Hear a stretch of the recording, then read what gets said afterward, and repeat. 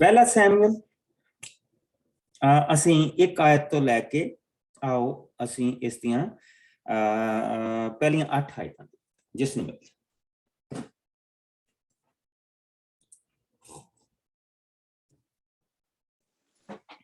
मैं पढ़नी पास्टर जी। हाँ जी गवर्नमेंट ਅਲਕਾਨਾ ਅਤੇ ਉਸਦੇ ਟੱਬਰ ਸ਼ੇਲਹੋਰ ਸ਼ਹਿਰ ਵਿੱਚ।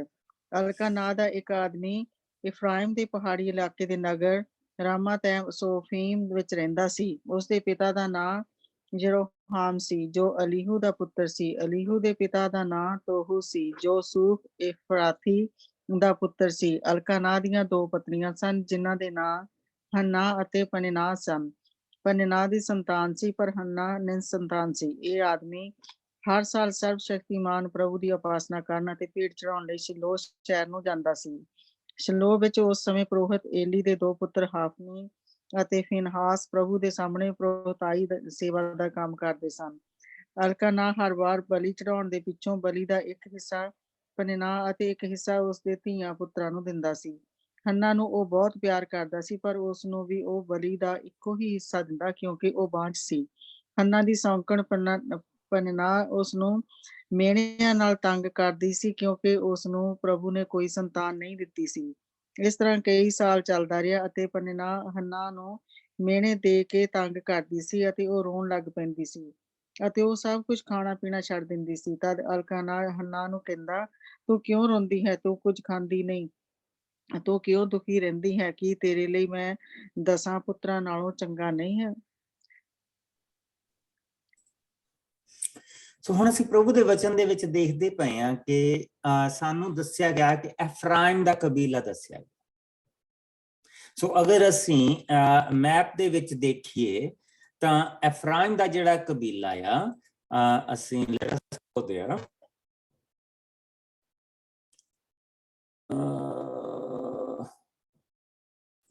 ਸੋ ਇਹ ਇਸਰਾਇਲ ਦੀਆਂ 12 ਕਬੀਲਿਆਂ ਨੂੰ ਧਰਤੀ ਦਿੱਤੀ ਗਈ ਆ ਧਰਤੀ ਹਾਲੇ ਤੱਕ ਇਹਨਾਂ ਨੇ ਜਿੱਤੀ ਨਹੀਂ। ਇਧਰਲੇ ਪਾਸਿਓਂ ਆ ਵੀ ਧਰਤੀ ਹਾਲੇ ਤੱਕ ਇਹਨਾਂ ਨੇ ਜਿੱਤੀ ਨਹੀਂ। ਪ੍ਰਭੂ ਨੇ ਆ ਵੀ ਧਰਤੀ ਇਹਨਾਂ ਨੂੰ ਦਿੱਤੀ ਹੋਈ, ਇਹਨਾਂ ਨੇ ਹਾਲੇ ਇਹ ਵੀ ਨਹੀਂ ਜਿੱਤੀ। ਲੇਕਿਨ ਆ ਧਰਤੀ ਤੇ ਸਾਰੀ ਤੇ ਇਹ ਕਬਜ਼ਾ ਕਰ ਚੁੱਕੇ। ਆਹ ਦਾਨ ਦਾ ਕਬੀਲਾ ਜਿੱਦਾਂ ਅਸੀਂ ਪੜ੍ਹਿਆ ਸੀਗਾ ਕਿ ਸਮਸੂਨ ਦੇ ਸੈਮਸਨ ਦੇ ਬਾਰੇ ਪੜ੍ਹਿਆ ਸੀ। ਇਹ ਪਾਪ ਦੇ ਵਿੱਚ ਡਿੱਗ ਚੁੱਕੇ ਸੀ ਪਰ ਇੱਥੋਂ ਆਹ ਫਿਲਿਸਤੀਆ ਲੜਕੇ ਫਿਲਿਸਤੀਨ ਜਿਹੜੇ ਲੋਕ ਸੀਗੇ ਇਹਨਾਂ ਉੱਤੇ ਵੀ ਹਮਲਾ ਕਰਦੇ ਸੀ ਤਾਂ ਐਫਰੇਮ ਦੇ ਕਬੀਲੇ ਉੱਤੇ ਵੀ ਹਮਲਾ ਕਰਦੇ ਪਏ ਸੀ। ਅਸੀਂ ਇਹ ਦੇਖਦੇ ਪਏ ਹਾਂ ਕਿ ਇਸ ਘਰਾਨੇ ਦੇ ਵਿੱਚ ਜਿਹੜਾ ਪ੍ਰਭੂ ਦਾ ਜਿਹੜਾ ਪਵਿੱਤਰ ਤੰਬੂ ਆ ਉਹ ਐਫਰਾਇਮ ਦੇ ਕਬੀਲੇ ਦੇ ਵਿੱਚ ਲਾਇਆ ਗਿਆ ਸੀ ਕਿਉਂਕਿ ਇਹ ਬੇਸਿਕਲੀ ਗੱਬੇ ਸੀਗਾ।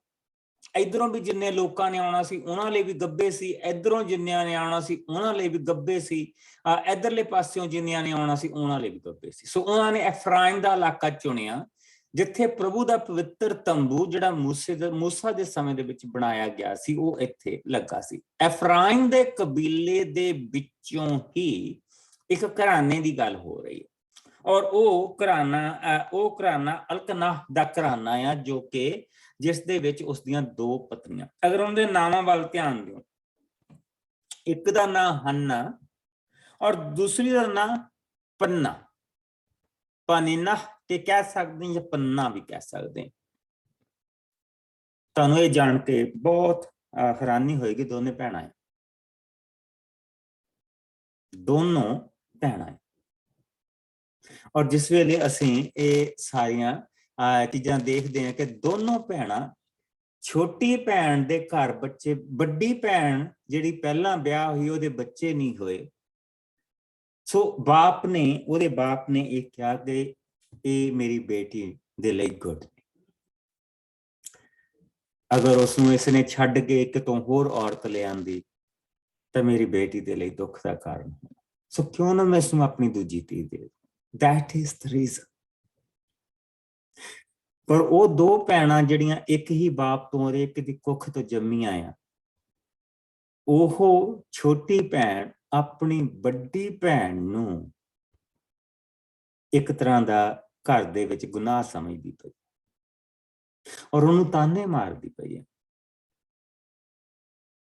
ਉਹਨੂੰ ਤਾਨੇ ਮਾਰਦੀ ਪਈ। ਔਰ ਸਾਨੂੰ ਪਤਾ ਕਿ ਜਿੱਦਾਂ ਪਿੱਛੇ ਜਿਹੜਾ ਅਸੀਂ ਦੇਖਿਆ ਸੀ ਯਾਕੂਬ ਦੇ ਵਿੱਚ ਰੇਚਲ ਦੇ ਲਈ ਔਰ ਉਸਦੀ ਭੈਣ ਦੇ ਵਿੱਚ ਜਿੱਦਾਂ ਇਹ ਸਾਰੀਆਂ ਚੀਜ਼ਾਂ ਹੁੰਦੀਆਂ ਪਈਆਂ ਸੀ,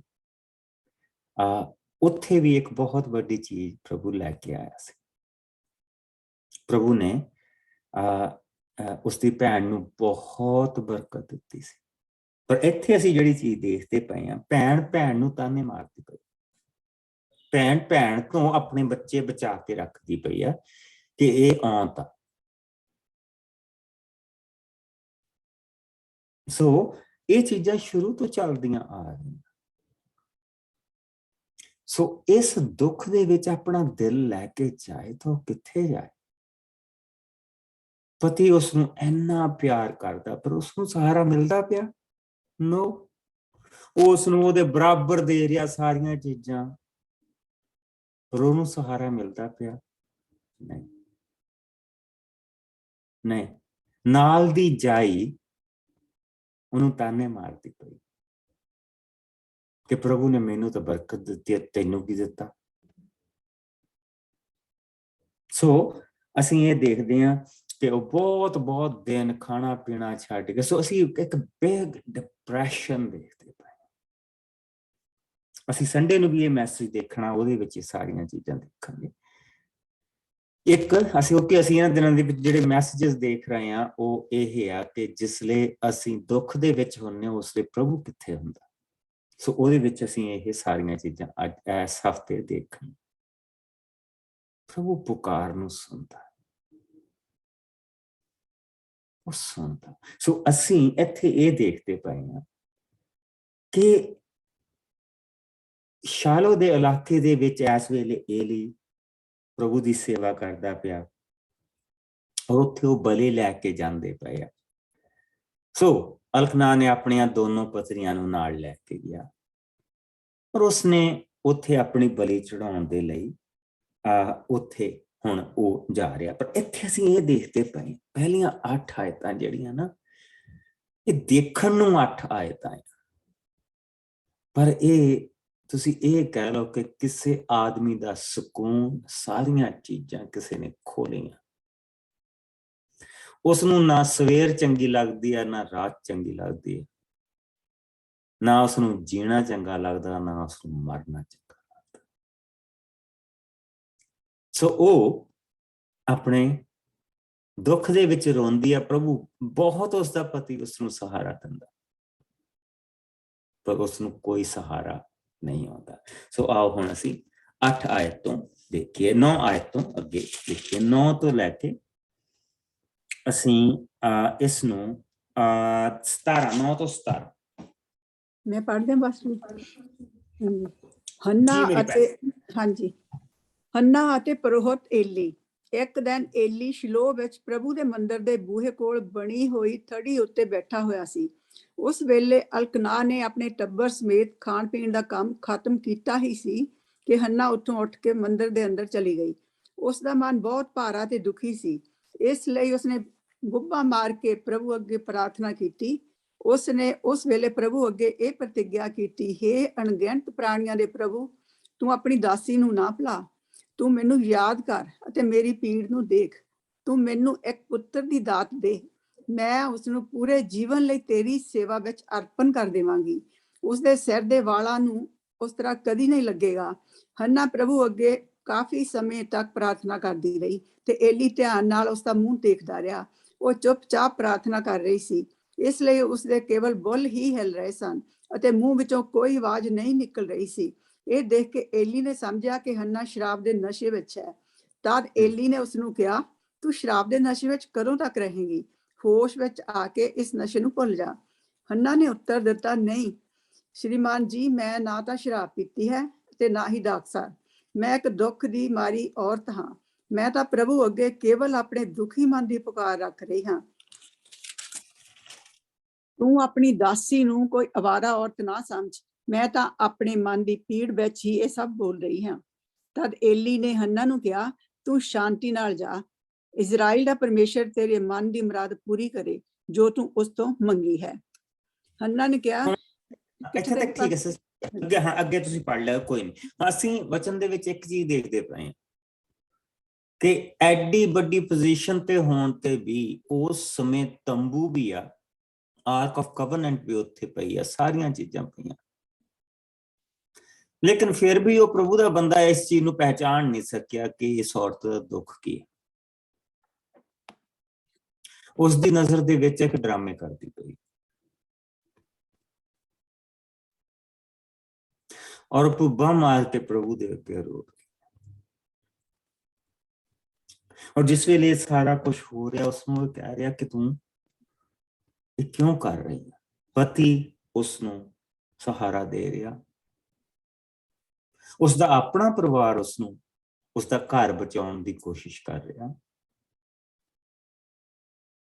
ਉਸਦੇ ਬਾਪ ਦੀ ਕੋਸ਼ਿਸ਼ ਹੀ ਸੀ ਨਾ, ਮਾਂ ਬਾਪ ਦੀ, ਕਿ ਸਾਡੀ ਬੇਟੀ ਦਾ ਘਰ ਨਾ ਖਰਾਬ ਹੋਏ, ਇਸ ਕਰਕੇ ਉਹਨਾਂ ਨੇ ਆਪਣੀ ਦੂਜੀ ਬੇਟੀ ਉਹਨੂੰ ਦਿੱਤੀ, ਜਦ ਕਿ ਉਹਦੇ ਪਤੀ ਦੀ ਕੋਈ ਐਸੀ ਨੀਅਤ ਨਹੀਂ। ਅਸੀਂ ਦੇਖਦੇ ਕਿ ਉਹਨੂੰ ਬਹੁਤ ਪਿਆਰ ਕਰਦਾ, ਔਰ ਪ੍ਰਭੂ ਦਾ ਬੰਦਾ ਉਸਨੂੰ ਕਹਿ ਰਿਹਾ ਕਿ ਤੂੰ ਸ਼ਰਾਬ ਦੇ ਨਸ਼ੇ ਦੇ ਵਿੱਚ। ਔਰ ਉਸਨੂੰ ਇਹ ਕਹਿਣਾ ਪਿਆ ਕਿ Man of God, you are wrong. ਪ੍ਰਭੂ ਦੇ ਬੰਦੇ ਤੂੰ ਗਲਤ ਆ। ਔਰ ਇਸੇ ਕਰਕੇ ਮੈਂ ਪਾਦਰੀ ਪੂਜਾ ਦੇ ਇੰਨਾ ਖਿਲਾਫ ਆ ਨਾ, ਇਸੇ ਕਰਕੇ ਖਿਲਾਫ। ਸਾਨੂੰ ਭਾਈ ਨਹੀਂ ਪਤਾ ਹੁੰਦਾ, ਮੈਂ ਵਿੱਚ ਰਿਹਾ ਆ ਸਾਰਿਆਂ, ਮੈਨੂੰ ਪਤਾ ਹੈ ਨਾ ਸਾਰਿਆਂ ਨੂੰ। ਔਰ ਇਸ ਕਰਕੇ ਮੈਂ ਕਦੇ ਵੀ ਆਪਣੇ ਆਪ ਨੂੰ ਤੁਹਾਡੇ ਔਰ ਪਰਮੇਸ਼ਰ ਦੇ ਵਿੱਚ ਕਦੀ ਨਹੀਂ ਆਉਣ ਦਿੱਤਾ। ਮੇਰੀ ਹਮੇਸ਼ਾ ਕੋਸ਼ਿਸ਼ ਹੁੰਦੀ ਕਿ ਜਿਸ ਵੇਲੇ ਅਗਰ ਪ੍ਰਭੂ ਨੇ ਮੈਨੂੰ ਇਹ ਜਗ੍ਹਾ ਦਿੱਤੀ ਵੀ ਆ, ਇਸ ਦੇ ਵਿੱਚ ਮੈਂ ਕਦੀ ਰੋੜਾ ਬਣ ਕੇ ਤੁਹਾਡੇ ਵਿੱਚ ਨਾ, ਇਹ ਰੋੜਾ ਬਣਦਾ ਪਿਆ ਬੰਦਾ, ਔਰ ਇਹਨੂੰ ਸਜ਼ਾ ਮਿਲਣੀ ਹੈ, ਇਹ ਰੋੜਾ ਬਣਦਾ ਪਿਆ। ਔਰ ਉਹਨੂੰ ਕਹਿ ਰਿਹਾ ਕਿ ਤੂੰ ਕੀ ਇੱਥੇ ਬੜਬੜ ਕਰੀ ਜਾਂਦੀ ਦਾਰੂ ਪੀ ਕੇ, ਘਰ ਨੂੰ ਜਾ, ਹੋਸ਼ ਕਰ। ਤੇ ਉਸਨੇ ਜਵਾਬ ਦਿੱਤਾ ਕਿ ਨਹੀਂ, ਮੈਂ ਇੱਥੇ ਦਾਰੂ ਪੀ ਕੇ ਬੜਬੜ ਨਹੀਂ ਕਰਦੀ ਪਈ, ਮੈਂ ਦੁਖੀ ਔਰਤ, ਇਹਨੂੰ ਕੋ ਤੂੰ ਅਵਾਰਾ ਔਰਤ ਨਾ ਸਮਝ, ਮੈਂ ਇੱਕ ਦੁਖੀ ਔਰਤ ਹਾਂ ਜੋ ਪ੍ਰਭੂ ਦੀ ਹਜ਼ੂਰੀ ਦੇ ਵਿੱਚ ਹਾਂ। ਔਰ ਜਿਸ ਲਈ ਉਹ ਆਤਮਾ ਜੋ ਉਸ ਦੀ ਮਦਦ ਕਰਦਾ ਪਿਆ, ਉਸਨੇ ਏਲੀ ਨੂੰ ਝੰਜੋੜਿਆ, ਤਾਂ ਉਸਨੇ ਇਹ ਚੀਜ਼ ਕਹੀ। ਸੰਡੇ ਨੂੰ ਆਪਾਂ ਸਾਰੀਆਂ ਚੀਜ਼ਾਂ ਦੇਖਾਂਗੇ। ਉਸਨੇ ਉਸਨੂੰ ਝੰਜੋੜਿਆ ਤਾਂ ਉਸਨੇ ਇਹ ਕਹੀਆ, ਤੂੰ ਸ਼ਾਂਤੀ ਦੇ ਨਾਲ ਜਾ, ਸ਼ਾਂਤੀ ਦੇ ਨਾਲ ਜਾ, ਇਸਰਾਇਲ ਦਾ ਪਰਮੇਸ਼ਰ ਤੇਰੇ ਮਨ ਦੀ ਮੁਰਾਦ ਨੂੰ ਪੂਰੀ ਕਰੇ, ਤੇ ਔਰ ਜੋ ਤੂੰ ਉਸ ਤੋਂ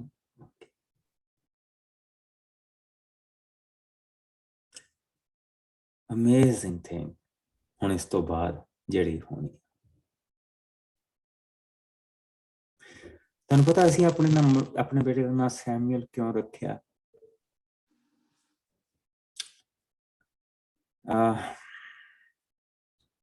ਕੱਲ ਨੂੰ ਦੱਸ, ਹੁਣ ਮੇਰੇ ਚ ਹਿੰਮਤ ਨਹੀਂ, ਕੱਲ ਨੂੰ ਦੱਸ। ਅੱਜ ਮੇਰੀ ਇਹਦੀ ਤਿਆਰੀ ਦੇ ਵਿੱਚ I lost myself, so ਕੱਲ ਨੂੰ ਦੱਸੋ। ਔਰ ਆਓ 18 ਆਇਤ ਤੋਂ ਲੈ ਕੇ ਅਸੀਂ ਇਸ ਚੈਪਟਰ ਦੇ ਐਂਡ ਤੱਕ ਇਸ ਨੂੰ ਦੇਖੀਏ। ਹੰਨਾ ਨੇ ਕਿਹਾ, ਤੇਰੀ ਦਾਸੀ ਉੱਤੇ ਹਮੇਸ਼ਾ ਤੇਰੀ ਕਿਰਪਾ ਦ੍ਰਿਸ਼ਟੀ ਇਸੇ ਤਰ੍ਹਾਂ ਰਹੇਗੀ। ਇਹ ਕਹਿ ਕੇ ਉਹ ਚਲੀ ਗਈ ਤੇ ਉਸਨੇ ਜਾ ਕੇ ਭੋਜਨ ਕੀਤਾ। ਇਸ ਦੇ ਪਿੱਛੋਂ ਉਹ ਕਦੀ ਉਦਾਸ ਨਾ ਹੋਈ।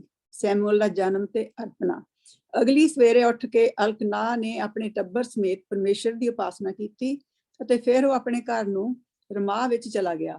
ਤਦ ਅਲਕਨਾ ਨੇ ਆਪਣੀ ਪਤਨੀ ਹੰਨਾ ਨਾਲ ਸੰਗ ਕੀਤਾ ਅਤੇ ਪ੍ਰਭੂ ਨੇ ਉਸਦੀ ਪ੍ਰਾਰਥਨਾ ਦਾ ਉੱਤਰ ਦਿੱਤਾ। ਸੋ ਹੰਨਾ ਗਰਭਵਤੀ ਹੋਈ ਅਤੇ ਉਸਨੇ ਇੱਕ ਪੁੱਤਰ ਨੂੰ ਜਨਮ ਦਿੱਤਾ, ਜਿਸ ਦਾ ਨਾਂ ਉਸਨੇ ਇਹ ਕਹਿ ਕੇ ਸੈਮੂਅਲ ਰੱਖਿਆ, ਇਸ ਨੂੰ ਮੈਂ ਪ੍ਰਭੂ ਤੋਂ ਕਹਿ ਕੇ ਮੰਗਿਆ ਹੈ।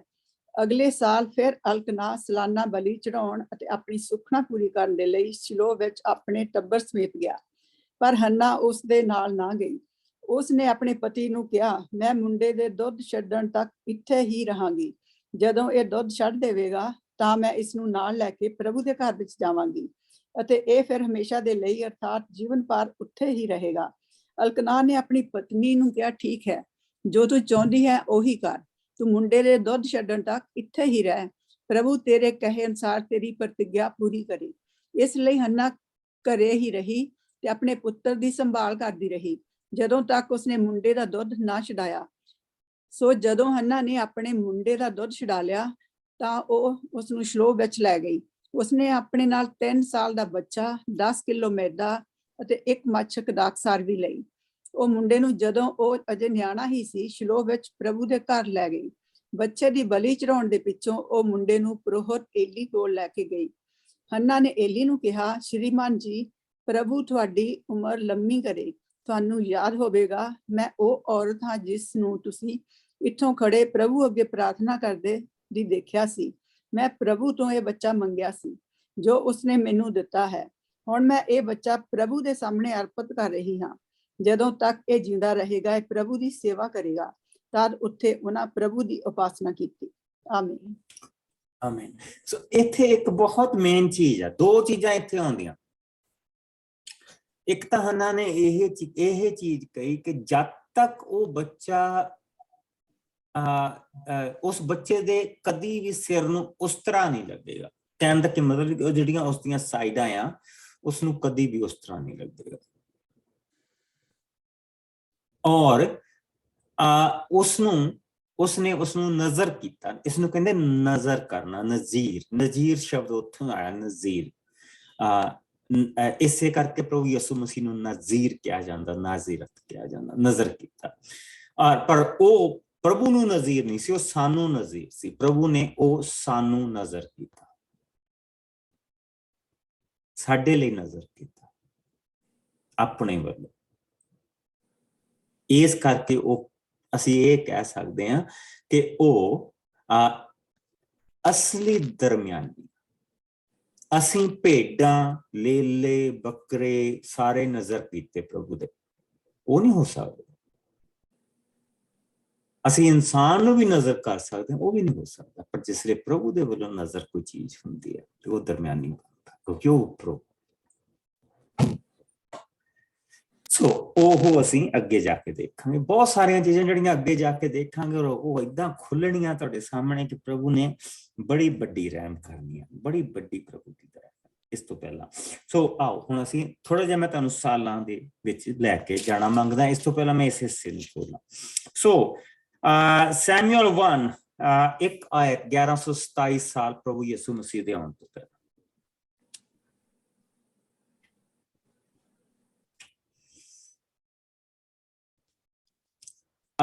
ਵਰਸ 9 ਜਿੱਥੋਂ ਸ਼ੁਰੂ ਹੁੰਦੀ ਆ 1122 ਸਾਲ।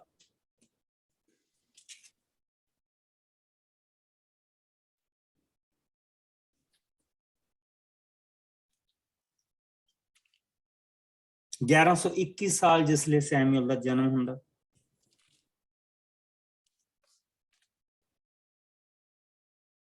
ਔਰ ਬੱਚਾ 6 ਸਾਲ ਦਾ ਸੀ ਜਿਸਲੇ ਪ੍ਰਭੂ ਕੋਲ ਲੈ ਕੇ ਗਈ ਹੈ 1115 ਸਾਲ। ਔਰ ਉਹ ਆਉਂਦਾ 24 ਆਇਤ ਤੋਂ ਪਹਿਲਾਂ।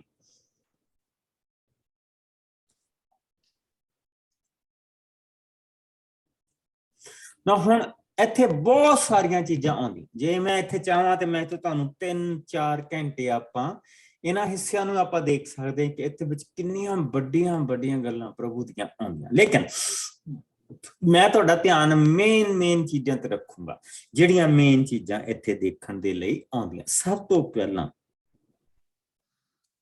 ਕਿ ਇੱਕ ਔਰਤ ਆਪਣਾ ਦੁੱਖੜਾ ਲੈ ਕੇ ਪ੍ਰਭੂ ਤੋਂ ਗਈ।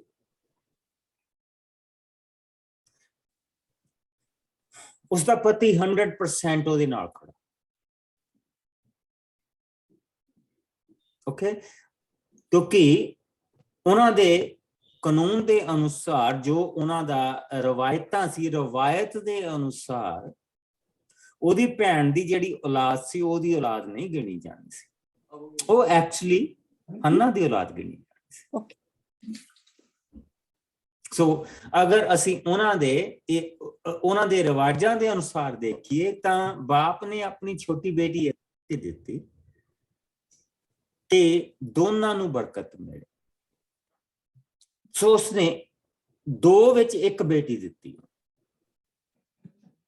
ਲੇਕਿਨ ਸਾਡਾ ਜਿਹੜਾ ਉਹ ਪਾਪ ਤੇ ਰਿਵਾਜ ਦੇ ਵਿੱਚ 2 ਫਰਕ। ਪਾਪ ਜਿਹੜਾ ਉਹ ਇਹ ਦੱਸ ਰਹੀ ਆ ਕਿ ਤੂੰ ਪਹਿਲੀ ਵਾਈਫ ਨਹੀਂ, ਤੂੰ ਮੇਨ ਨਹੀਂ,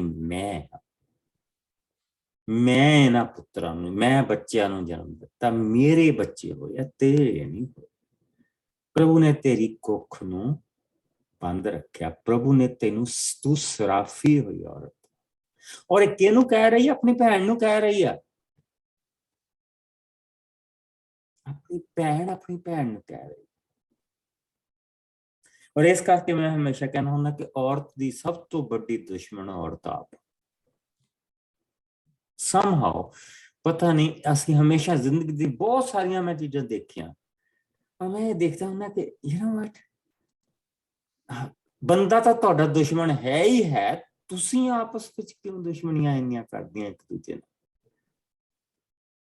ਲਾਈਕ ਸਾਡੇ ਨਾਲੋਂ, ਮਰਦ ਨਾਲੋਂ ਕਿਤੇ ਭਾਗਾਂ ਵਾਲੀ ਆ ਔਰਤ। I mean, so much। ਪ੍ਰਭੂ ਆਪਣੇ ਹੱਥਾਂ ਦੇ ਨਾਲ ਤੁਹਾਨੂੰ ਸਵਰਗ ਤੋਂ ਬਣਾ ਕੇ ਲੈ ਕੇ ਆਇਆ, ਔਰ ਜਿੱਥੇ ਬੰਦੇ ਦੀ ਗੱਲ ਆਈ ਤਾਂ ਉਸਨੇ ਮਿੱਟੀ ਦੀ ਲੋਲੋ ਬਣਾਈ। ਪ੍ਰਭੂ ਯਿਸੂ ਮਸੀਹ ਔਰਤ ਦੇ ਰਾਹੀਂ ਇਸ ਧਰਤੀ ਦੇ ਨਾਲ ਅਗਰ ਸਵਰਗ ਦਾ ਇੱਕੋ ਕਨੈਕਸ਼ਨ ਆ ਜੋ ਔਰਤ, ਮਰਦ ਨਹੀਂ, ਔਰਤ। ਕਿਉਂ ਔਰਤ ਇੰਨਾ ਔਰਤ ਦੇ ਵੈਰੀ? ਇਹ ਚੀਜ਼ ਮੈਨੂੰ ਅੱਜ ਤੱਕ ਸਮਝ ਨਹੀਂ ਆਈ। ਇਸ ਚੀਜ਼ ਨੂੰ ਮੈਂ ਬਹੁਤ ਡੀਪਲੀ ਸਟੱਡੀ ਕਰਦਾ ਪਿਆ, and am a book burner, I'm really doing it ਕਿ ਕਿਉਂ, why ਇੰਨੀ ਬਲੈਸਿੰਗ, ਐਡੀ ਵੱਡੀ ਬਲੈਸਿੰਗ, ਔਰਤ ਨੂੰ ਇੰਨੀ ਪ੍ਰਭੂ ਨੇ ਬਰਕਤ ਦਿੱਤੀ ਆ, ਲੇਕਿਨ ਫਿਰ ਵੀ ਇਹ ਕਿਉਂ ਹੁੰਦਾ? ਇਸ ਦੇ ਪਿੱਛੇ ਕਾਰਨ ਕੀ ਹੈ? ਬਟ ਸ਼ੀ ਇਜ਼ ਸਰਚ ਕੀ ਉਹਦੀ ਇਹਦੇ ਪਿੱਛੇ। ਪਰ ਇੱਥੇ ਅਸੀਂ ਇਹ ਦੇਖਦੇ ਪਏ ਹਾਂ ਕਿ ਭੈਣ ਨੇ ਭੈਣ ਨੂੰ ਕਹਿ ਰਹੀ ਹੈ ਕਿ ਤੂੰ ਆਉਂਦਾ, ਆਪਣੇ ਬੱਚਿਆਂ ਤੇ ਉਹਦਾ ਪਰਛਾਵਾਂ ਨਹੀਂ ਪੈਣ ਦੇ ਰਹੀ, ਸਵੇਰੇ ਉੱਠ ਕੇ ਉਹਦਾ ਮੂੰਹ ਨਹੀਂ ਦੇਖਣਾ ਮੰਗਦੀ। ਇਹ ਸਾਰੇ ਪਖੰਡ ਉੱਥੋਂ ਹੀ ਆਏ ਆ ਭਾਈ, ਹੋਰ ਕਿਤੋਂ ਨਹੀਂ ਆਏ। ਲੇਕਿਨ ਪ੍ਰਭੂ ਨੇ ਉਸ ਤੋਂ ਉਸਨੂੰ ਇੱਕ ਬੱਚੇ ਦੀ ਦਾਤ ਦਿੱਤੀ, ਜਿਸ ਦਾ ਨਾਮ ਉਸਨੇ ਸੈਮੂਅਲ ਰੱਖਿਆ। ਸ਼ਮਾ ਹੁੰਦਾ ਮੈਂ ਆਵਾਜ਼ ਉਠਾਈ, ਉਹਨੇ ਮੇਰੀ ਆਵਾਜ਼ ਸੁਣੀ। ਐਲੋਹਿਮ ਨੇ ਮੇਰੀ ਆਵਾਜ਼ ਸੁਣੀ।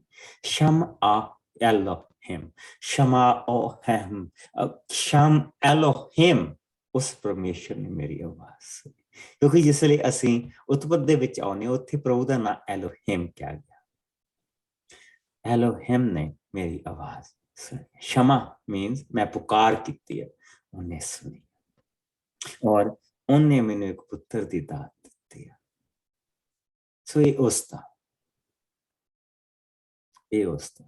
ਸੋ ਉਹ ਆਪਣੇ ਬੇਟੇ ਨੂੰ ਉੱਥੇ ਲੈ ਕੇ ਗਈ ਹੈ, ਔਰ ਉਸਨੇ ਨਾਲ ਆਪਣੇ 3 ਸਾਲ ਦਾ ਬੱਚਾ ਉਸਨੇ ਪਾਲਿਆ।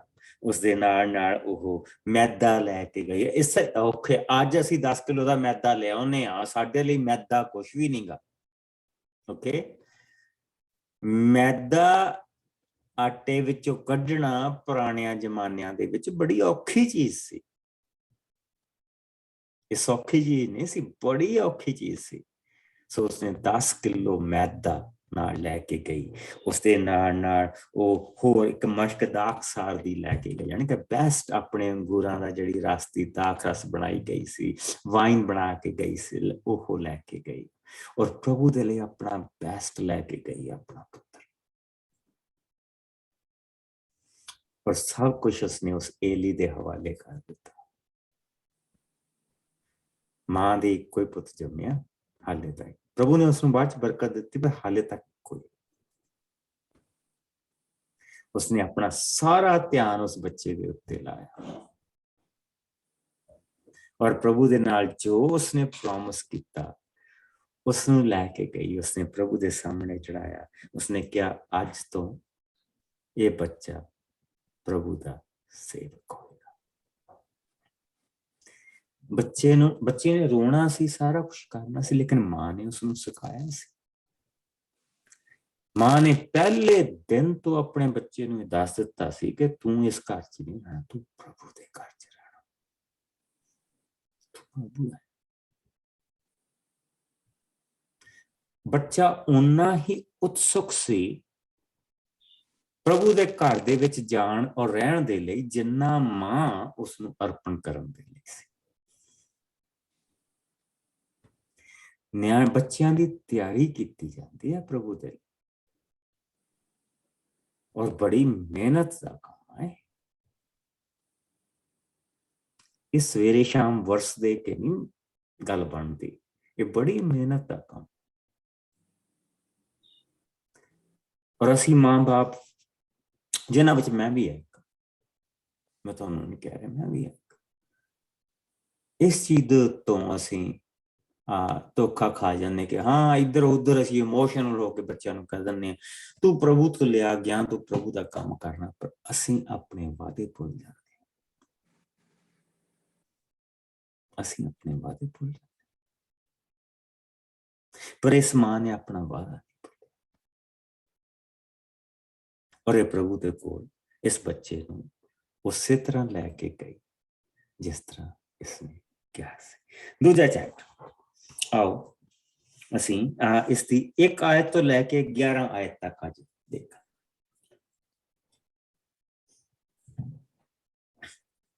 जिसनू मिल हन्ना दा प्रार्थना गीत। हन्ना ने ਇਹ ਕਹਿ ਕੇ ਪ੍ਰਾਰਥਨਾ ਕੀਤੀ, ਮੇਰਾ ਮਨ ਪ੍ਰਭੂ ਤੋਂ ਖੁਸ਼ ਹੈ, ਉਸ ਤੋਂ ਮੈਨੂੰ ਬਾਲ ਮਿਲਿਆ ਹੈ। ਮੈਂ ਆਪਣੇ ਵੈਰੀਆਂ ਤੇ ਹੱਸੀ, ਪ੍ਰਭੂ ਤੋਂ ਮੇਰੀ ਮੁਕਤੀ ਲਈ ਮੈਂ ਅਤ ਆਨੰਦਿਤ ਹਾਂ। ਪ੍ਰਭੂ ਜਿੰਨਾ ਕੋਈ ਵੀ ਪਵਿੱਤਰ ਨਹੀਂ, ਉਸ ਦੇ ਵਰਗਾ ਕੋਈ ਨਹੀਂ ਹੈ, ਉਸ ਵਰਗੀ ਸਾਡੇ ਸਹਾਰੇ ਦੀ ਕੋਈ ਪੱਕੀ ਚਟਾਨ ਨਹੀਂ। ਤੂੰ ਐਵੇਂ ਫੜਾ ਨਾ ਮਾਰ, ਆਪਣੇ ਮੂੰਹੋਂ ਹੰਕਾਰ ਭਰੇ ਸ਼ਬਦ ਨਾ ਕੱਢ, ਕਿਉਂਕਿ ਪਰਮੇਸ਼ਰ ਸਭ ਕੁਝ ਜਾਣਦਾ ਹੈ, ਉਹ ਸਭ ਕੀਤੇ ਦਾ ਨਿਆਂ ਕਰਦਾ ਹੈ। ਬਲਵਾਨਾਂ ਦੇ ਤੀਰ ਕਮਾਨ ਟੁੱਟ ਗਏ ਅਤੇ ਕਮਜ਼ੋਰਾਂ ਨੂੰ ਬਲ ਮਿਲਿਆ। ਰੱਜੇ ਪੁੱਜੇ ਭੋਜਨ ਦੀ ਭਾਲ ਕਰਨ ਲੱਗੇ ਅਤੇ ਭੁੱਖਿਆਂ ਦੀ ਭੁੱਖ ਤ੍ਰਿਪਤ ਹੋ ਗਈ। ਬਾਂਝ ਦੀ ਕੁੱਖੋਂ 7 ਜਨਮ ਅਤੇ ਬਹੁਤੇ ਸੰਤਾਨ ਵਾਲੀ ਕੋਲ ਕੋਈ ਨਾ ਰਿਹਾ। ਪ੍ਰਭੂ ਮਾਰਨ ਤੇ ਜਿੰਦਾ ਕਰਨ ਵਾਲਾ ਹੈ, ਉਹ ਮੁਰਦਿਆਂ ਦੇ ਸੰਸਾਰ ਵਿੱਚ ਲੈ ਜਾਂਦਾ ਤੇ ਵਾਪਸ ਵੀ ਲਿਆਉਂਦਾ ਹੈ। ਪ੍ਰਭੂ ਗਰੀਬੀ ਤੇ ਅਮੀਰੀ ਦਾ ਦਾਨ ਦਿੰਦਾ ਹੈ, ਉਹ ਉੱਚਾ ਤੇ ਨੀਵਾਂ ਵੀ ਕਰਦਾ ਹੈ। ਪ੍ਰਭੂ ਗਰੀਬਾਂ ਨੂੰ ਮਿੱਟੀ ਵਿੱਚੋਂ ਚੁੱਕਦਾ ਤੇ ਲੋੜਵੰਦਾਂ ਦੀ ਲੋੜ ਪੂਰੀ ਕਰਦਾ ਹੈ। ਉਹ ਉਹਨਾਂ ਨੂੰ ਰਾਜਕੁਮਾਰਾਂ ਨਾਲ ਬਿਠਾਉਂਦਾ ਅਤੇ ਮਾਣ ਦਿੰਦਾ ਹੈ। ਪ੍ਰਭੂ ਨੇ ਧਰਤੀ ਦੀਆਂ ਨੀਹਾਂ ਰੱਖੀਆਂ ਤੇ ਉਹਨਾਂ ਉੱਤੇ ਸੰਸਾਰ ਦੀ ਰਚਨਾ ਕੀਤੀ। ਉਹ ਆਪਣੇ ਵਿਸ਼ਵਾਸੀਆਂ ਦੀ ਰੱਖਿਆ ਕਰਦਾ ਹੈ ਅਤੇ ਬਰਿਆੜ ਹਨੇਰੇ ਵਿੱਚ ਨਾਸ਼ ਹੋ ਜਾਣਗੇ। ਮਨੁੱਖ ਆਪਣੇ ਬਲ ਨਾਲ ਜੇਤੂ ਨਹੀਂ ਹੋ ਸਕਦਾ ਹੈ। ਪ੍ਰਭੂ ਦੇ ਵੈਰੀ ਨਾਸ਼ ਹੋ ਜਾਣਗੇ, ਉਹ ਉਹਨਾਂ ਦੇ ਵਿਰੁੱਧ ਸਵਰਗ ਤੋਂ ਗਰਜੇਗਾ। ਪ੍ਰਭੂ ਸੰਸਾਰ ਦਾ ਨਿਆਂ ਕਰੇਗਾ, ਉਹ ਆਪਣੇ ਰਾਜਾ ਨੂੰ ਬਲ ਦੇਵੇਗਾ ਅਤੇ ਆਪਣੇ ਅਭਿਸ਼ੇਕਤ ਨੂੰ ਜੇਤੂ ਕਰੇਗਾ। ਤਦ ਅਲਕਾਨਾ ਆਪਣੇ ਟੱਬਰ ਸਮੇਤ ਆਪਣੇ ਨਗਰ ਰਾਮਾ ਨੂੰ ਚਲਿਆ ਗਿਆ, ਪਰ ਬਾਲਕ ਸੈਮੂਅਲ ਪੁਰੋਹਿਤ ਏਲੀ ਕੋਲ ਰਹਿ ਕੇ ਪ੍ਰਭੂ ਦੀ ਸੇਵਾ ਕਰਦਾ ਰਿਹਾ। ਆਮੀਨ। ਹੁਣ ਸਭ ਤੋਂ ਜਿਹੜੀ ਮੇਨ ਚੀਜ਼ ਇੱਥੇ ਜਿਹੜੀ ਦੇਖਣ ਵਾਲੀ ਆ ਕਿ ਅਲਕਨਾ ਨੇ ਇਹ ਗੀਤ ਇੱਕ ਦਿਨ ਦੇ ਵਿੱਚ ਲਿਖਿਆ ਕਿ ਉਹਦੇ ਇੱਕ ਦਿਨ ਦੀ ਸਟੋਰੀ ਹੈ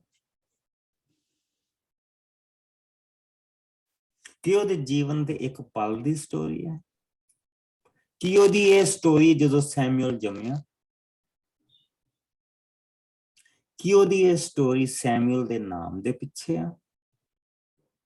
ਮਾਈ ਗॉड, ਜਿੱਧਰੋਂ ਮਰਜੀ ਤੁਸੀਂ ਐਂਗਲ ਲੈ ਲਓ ਤੇ ਇਹ ਅਲਕਨਾ ਦੇ ਦਿਲ ਦੀ ਸਟੋਰੀ ਆ ਕਿ ਜਿਹੜੇ ਲੋਕ ਉਹਦੇ ਤੇ ਤੰਜਾਂ ਕੱਸਦੇ ਪਏ ਉਹਨਾਂ ਨੂੰ ਕਹਿ ਰਹੇ। ਜੇ ਕੋਈ ਉਸ ਨੂੰ ਇਹ ਪੁੱਛਦਾ ਪਿਆ ਕਿ ਬੱਚੇ ਦਾ ਨਾਂ ਸੈਮੂਅਲ ਕਿਉਂ ਆ, ਕਿ ਪ੍ਰਭੂ ਜੋ ਮੇਰੀ ਆਵਾਜ਼ ਨੂੰ ਸੁਣਦਾ, ਜੋ ਮੇਰੀ ਦੁਆ ਨੂੰ ਸੁਣਦਾ, ਜੋ ਮੇਰੀ ਬੇਨਤੀ ਨੂੰ ਸੁਣਦਾ,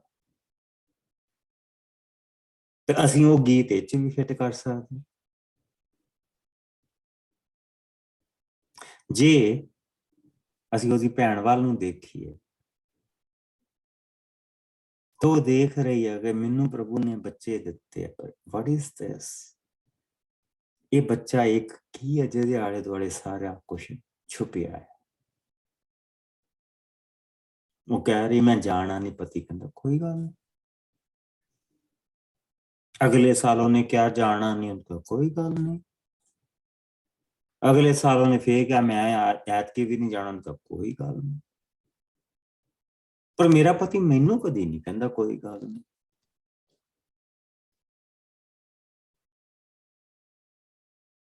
ਉਸਨੇ ਬੱਚਾ 3 ਸਾਲ ਦਾ ਬੱਚਾ ਬੈਸਟ ਚੁੱਕਿਆ, ਮੈਦਾ ਲਿਆ, ਬੈਸਟ ਦਾਖਸਾਰ ਲਈ, ਔਰ ਪਤੀ ਕਹਿ ਰਿਹਾ ਕੋਈ ਗੱਲ ਨਹੀਂ। ਉਹ ਆਪਣੇ ਪੁੱਤਰ ਨੂੰ ਛੱਡ ਕੇ ਆ ਗਈ ਆ, ਔਰ ਪਤੀ ਕਹਿ ਰਿਹਾ ਕੋਈ ਗੱਲ ਨਹੀਂ। ਕਿੰਨੀਆਂ ਚੀਜ਼ਾਂ ਇਸ ਦੇ ਵਿੱਚ ਛੁਪੀਆਂ, ਕਿੰਨੀਆਂ ਬਰਕਤਾਂ ਇਸ ਦੇ ਵਿੱਚ ਛੁਪੀਆਂ। ਇਹ ਚੀਜ਼ਾਂ ਦੇਖਣ ਵਾਲੀਆਂ, ਇਹ ਚੀਜ਼ਾਂ ਦੇਖਣ ਵਾਲੀਆਂ। ਉਹ ਜੋ ਦੁਨੀਆ ਦੇ ਤਾਨਿਆਂ ਦੇ ਨਾਲ ਮਾਂ ਬਾਪ ਨੇ ਜਿਸ ਨੂੰ ਮੰਨ ਲਿਆ ਕਿ ਇਹ ਬਾਂਝ ਆ, ਸੋ ਸਾਨੂੰ ਕੁਛ ਕਰਨਾ ਚਾਹੀਦਾ। ਉਸਦੇ ਪਤੀ ਨੂੰ ਆਪਣੀ ਛੋਟੀ ਬੇਟੀ ਦੇ ਦਿੱਤੀ, ਜਿਸ ਤੋਂ ਬੱਚੇ ਪੈਦਾ ਹੋ ਗਏ।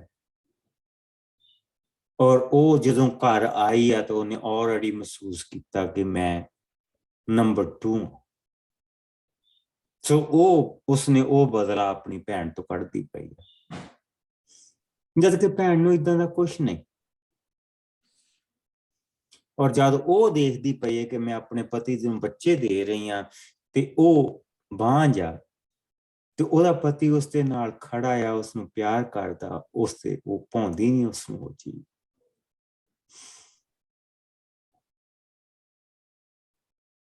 ਔਰ ਇਹਨਾਂ ਸਾਰੀਆਂ ਚੀਜ਼ਾਂ ਦੇ ਵਿੱਚ ਜਦੋਂ ਅਸੀਂ ਦੇਖਦੇ ਪਏ ਹਾਂ ਕਿ ਪ੍ਰਭੂ ਨੇ ਉਹ ਪ੍ਰਭੂ ਦੇ ਅੱਗੇ ਉਹ ਝੁਕੀ, ਔਰ ਪ੍ਰਭੂ ਨੇ ਆਪਣਾ ਹੱਥ ਉਹਦੇ ਵੱਲ ਵਧਾਇਆ, ਔਰ ਉਸਨੂੰ ਬੇਟੇ ਦੀ ਦਾਤ ਦਿੱਤੀ, ਜਿਸ ਤਰ੍ਹਾਂ ਨਾ ਉਸਨੇ ਦੁਆ ਦਾ ਜਵਾਬ ਰੱਖਿਆ। ਐਲੋਹਿਮ ਦੇ ਅੱਗੇ ਮੈਂ ਦੁਆ ਕੀਤੀ, ਉਸਨੇ ਮੈਨੂੰ ਜਵਾਬ ਦਿੱਤਾ। ਧੰਨ ਸਾਡਾ ਪਰਮੇਸ਼ਰ ਜੋ ਇਸ ਤਰ੍ਹਾਂ ਦੇ ਕੰਮ ਕਰਦਾ। ਕੱਲ ਨੂੰ ਆਪਾਂ ਥੋੜਾ ਜਿਹਾ ਇਹਨਾਂ ਹੀ ਆਇਤਾਂ ਦੇ ਵਿੱਚ ਆਪਾਂ ਰਵਾਂਗੇ। ਕੱਲ ਨੂੰ ਥੋੜਾ ਜਿਹਾ ਡੈਪਥ ਦੇ ਵਿੱਚ ਦੇਖਾਂਗੇ। ਕੱਲ ਨੂੰ ਆਪਾਂ ਹੁਣ ਤੱਕ ਅਸੀਂ ਕੀ ਕੁਝ ਸਿੱਖਿਆ ਉਹਦੇ ਵਿੱਚ ਦੀ ਥੋੜਾ ਜਿਹਾ ਲੰਘਾਂਗੇ ਕਿ ਅਸੀਂ ਹੁਣ ਇਸ ਕਿਤਾਬ ਤੱਕ ਪਹੁੰਚ ਚੁੱਕੇ ਹਾਂ, ਕੀ ਉਹ ਸਿੱਖਿਆ ਤੁਹਾਨੂੰ ਮੈਂ ਸਮਾਂ ਦਊਂਗਾ। ਲੇਕਿਨ ਅੱਜ ਮੈਂ ਜਿਹੜੀ ਚੀਜ਼ ਖਤਮ ਕਰਨੀ ਮੰਗਦਾ, ਇਸ ਸੌਂਗ ਦੇ ਉੱਤੇ ਸਾਡੇ ਪੰਜਾਬ ਦੇ ਵਿੱਚ ਬਹੁਤ ਮਸ਼ਹੂਰ ਸਿੰਗਰ ਹੋਇਆ ਜਗਜੀਤ ਸਿੰਘ, ਉਸਨੇ ਇੱਕ ਸੌਂਗ ਇਸ ਸੌਂਗ ਦੇ ਉੱਤੇ ਗਾਇਆ। ਉਸਦੇ ਨਾਲ ਆਪਾਂ ਅੱਜ ਫਿਨਿਸ਼ ਕਰਾਂਗੇ। ਆਓ ਦੁਆ ਕਰੀਏ, ਪਰ ਰਿਕਾਰਡ ਨਹੀਂ ਉਹਨੂੰ ਕਰ ਸਕਦੇ, ਸੋ ਆਓ ਦੁਆ ਕਰੀਏ ਔਰ ਫਿਰ ਅਸੀਂ ਉਸ ਸੌਂਗ ਦੇ ਵਿੱਚ ਜਾਵਾਂਗੇ। ਪਿਆਰੇ ਪ੍ਰਭੂ, ਤੇਰਾ ਬਹੁਤ ਸ਼ੁਕਰ ਕਰਦੇ ਹਾਂ। ਨਿਮਾਣਿਆਂ ਦਾ ਮਾਣ ਤੂੰ, ਨਾ ਓਟਿਆਂ ਦੀ ਓਟ ਤੋਂ ਪ੍ਰਭੂ ਜੀ। ਮੇਰੇ ਪਿਆਰੇ ਪ੍ਰਭੂ, ਉਹ ਜੋ ਥੱਲੇ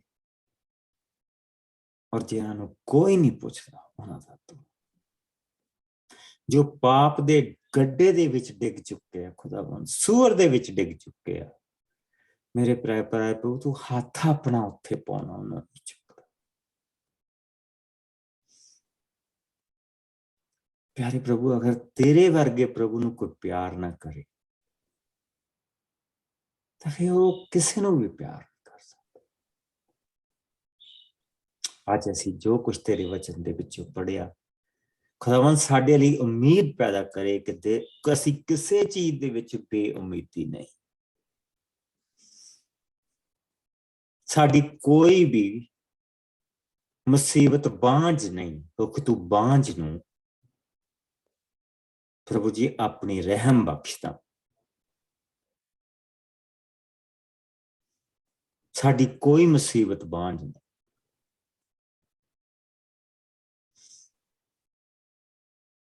ਕਿਉਂਕਿ ਤੇਰੀ ਦਇਆ ਉੱਤੇ।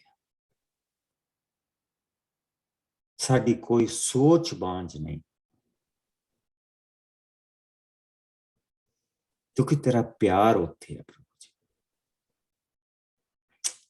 ਇਸ ਸਮੇਂ ਦੇ ਲਈ ਅਸੀਂ ਤੇਰਾ ਸ਼ੁਕਰ ਕਰਦੇ ਹਾਂ। ਜਦ ਤੱਕ ਅਸੀਂ ਦੁਆਰਾ ਮਿਲੀਏ, ਤੇਰੀ ਦਇਆ, ਤੇਰਾ ਰਹਿਮ, ਤੇਰਾ ਪਿਆਰ ਸਾਡੇ ਸਭ ਦੇ ਨਾਲ ਬਣਿਆ ਰਹੇ।